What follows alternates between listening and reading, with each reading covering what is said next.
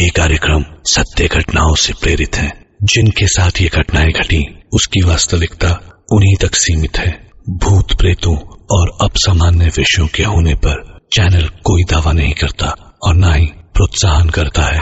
पहला पार्ट सुना होगा टू, आइए शुरू करते दूसरा पार्ट। पवन ने गाड़ी रिवर्स करके गाड़ी मोड़ी और तुरंत हाईवे की तरफ भगाने लगा। रोहित गाड़ी में बैठे बैठे ऐसे अचानक पागलों जैसी पवन की हरकतें देखकर भड़क गया और उस पर चिल्लाया, बे पवन, तू पागल हो गया क्या? ये क्या कर रहा है? गाड़ी इतनी स्पीड में क्यों चला रहा है तू? पवन ने रियर व्यू मिरर में देखा और उसी में देखते देखते 1 सेकंड को पीछे पलट के देखकर बोला, पता नहीं, लेकिन अभी ये जरूरी है, चुपचाप बैठा रहे और ज्यादा बातचीत मत कर। इतना कह के पवन बस गाड़ी चलाता रहा और बार बार कभी रियर व्यू मिरर में देखता तो कभी गाड़ी धीमी करके खिड़की से बाहर पीछे देखता। रोहित को कुछ भी समझ नहीं आ रहा था। वो तो जैसे पागल हुआ जा रहा था घबराहट से कि कहीं कोई एक्सीडेंट ना हो जाए। गाड़ी कुछ और आगे बढ़ी तो रोहित ही पवन पर चीखा, गाड़ी रोक पवन, गाड़ी रोक। बाकी सब कोई तुझसे और तेरे गुस्से से डरते होंगे, मैं नहीं डरता हूं। गाड़ी रोक वरना अच्छा नहीं होगा, मैं कह दे रहा हूं। पवन ने एक पल को पलट के रोहित को देखा और फिर जैसे बेहोशी से जागकर उसने ब्रेक्स मारे थे। गाड़ी एक झटके से बहुत तेजी से रुकी और पवन को स्टीयरिंग से चोट लगते लगते बची। गाड़ी रुकते ही रोहित ने धक्के मारते हुए पवन को गाड़ी से नीचे उतारा और कहा, क्या कर रहा है तू ये सब? हाँ, ये क्या हो रहा है? किससे भाग रहा है तू और क्या क्या हो क्या रहा है ये सब? रोहित इसके आगे कुछ भी बोले उससे पहले ही पवन उस पर पलट के चीखा, अरे तो मैं क्या करूं? मुझे खुद समझ नहीं आ रहा है कि ये सब क्या हो रहा है। वो एक पैर और बैसाखियों वाला देखा नहीं? हाँ, कैसे पीछे पीछे आ रहा था हमारे। भागू ना तो क्या करूं? खड़े खड़े उसके आने का इंतजार करूं मैं? पवन को लगा था कि इस बात पे तो कम से कम रोहित समझेगा, लेकिन रोहित ने पलट के एक ऐसा सवाल पूछा जिसने पवन के होश एक बार फिर उड़ा दिया। उसका सवाल था, अरे कौन बैसाखियों वाला आदमी भाई? कहां देखा तुमने ऐसा आदमी? पवन इस पर कुछ बोले इससे पहले ही उसका ध्यान कार के सामने वाले शीशे पर होती एक आवाज पर गई।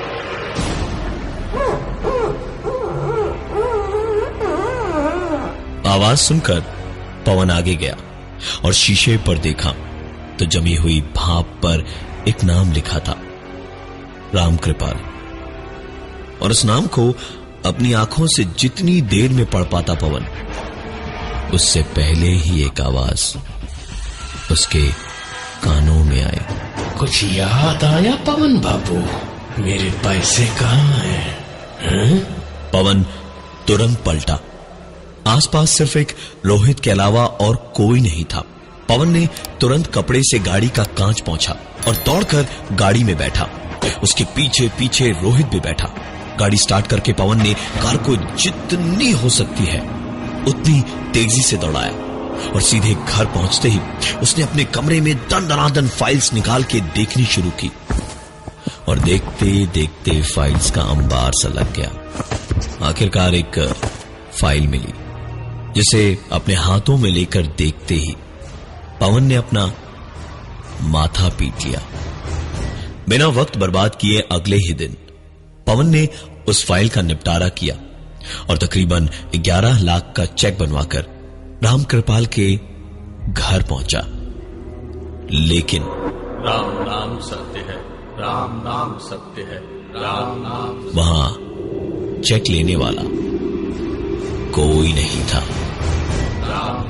वहां जमा लोगों की भीड़ से पूछा तो पता चला कि राम कृपाल की बीवी भी मर चुकी थी। पवन अब वो चेक देता भी तो किसे देता? खुद तो रखने का सवाल ही नहीं था। राम कृपाल का एक ही बेटा था जो गांव में फैली बीमारी का शिकार होकर मारा गया।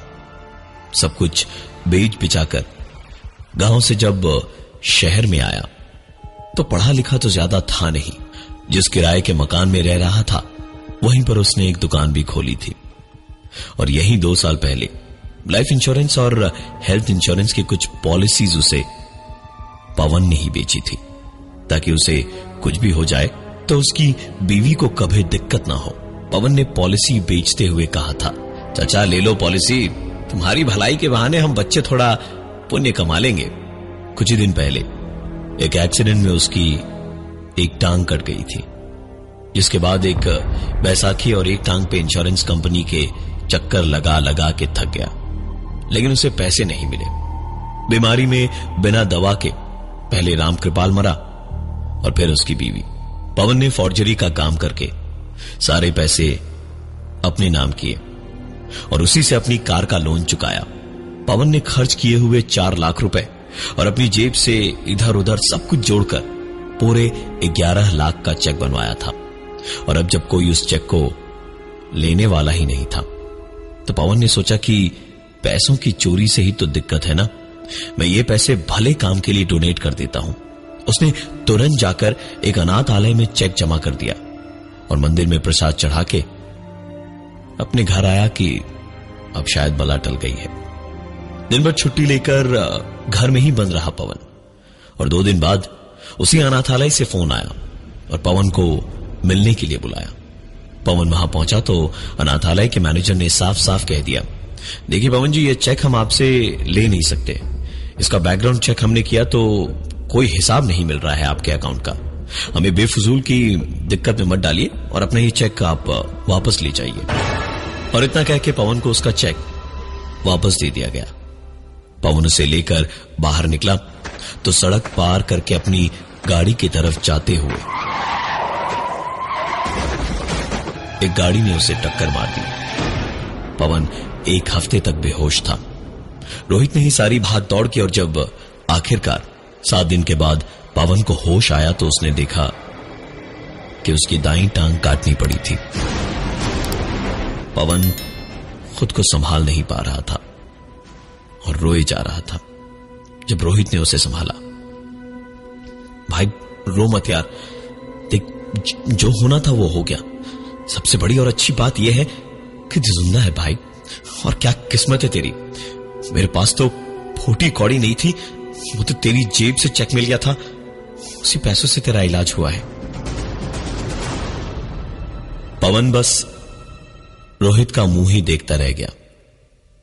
तकरीबन 1 और महीना हॉस्पिटल में रहने के बाद पवन को डिस्चार्ज किया गया। कंपनी ने उसको निकाला नहीं, इंसानियत के नाते उसको रखे रहे कि कम से कम फोन पे ही क्लाइंट ले आएगा। लेकिन तकरीबन 1 ही महीने में उन्हें पवन को उसकी दिमागी हालत बिगड़ने की वजह से निकालना पड़ा, क्योंकि पवन जिसके भी पास पॉलिसी बेचने जाता, उनके पॉलिसी के बारे में पूछने पर वो एक ही बात बताता, देखिए सर बाकी सब तो ठीक है, लेकिन अगर कहीं आप मर गए या आपका एक्सीडेंट हो गया तो आपकी पॉलिसी का सारा पैसा ये 2 कौड़ी का आदमी ले लेगा।